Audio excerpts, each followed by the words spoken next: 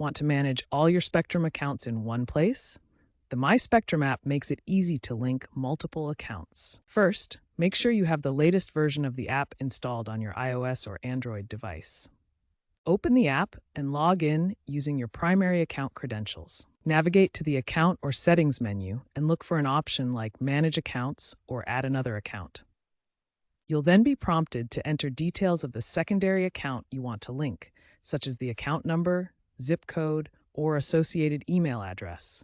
Spectrum will likely send a verification code to that email or phone number to confirm you have authorized access. Once verified, the accounts will be linked, allowing you to seamlessly switch between them without having to log out each time.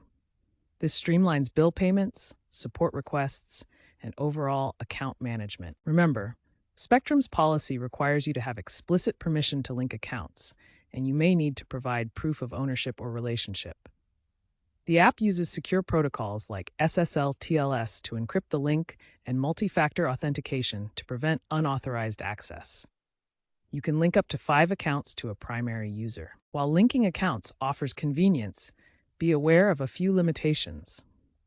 You typically can't link accounts from different regions without corporate approval. If you encounter issues such as verification delays, consult Spectrum's FAQs or reach out to customer support. Always enable multi-factor authentication for added security against phishing risks. Currently, about 35% of active Spectrum users link at least one additional account, primarily for simplified bill management. Looking ahead, expect more AI-driven features, such as predictive account suggestions and automated cross-account optimizations.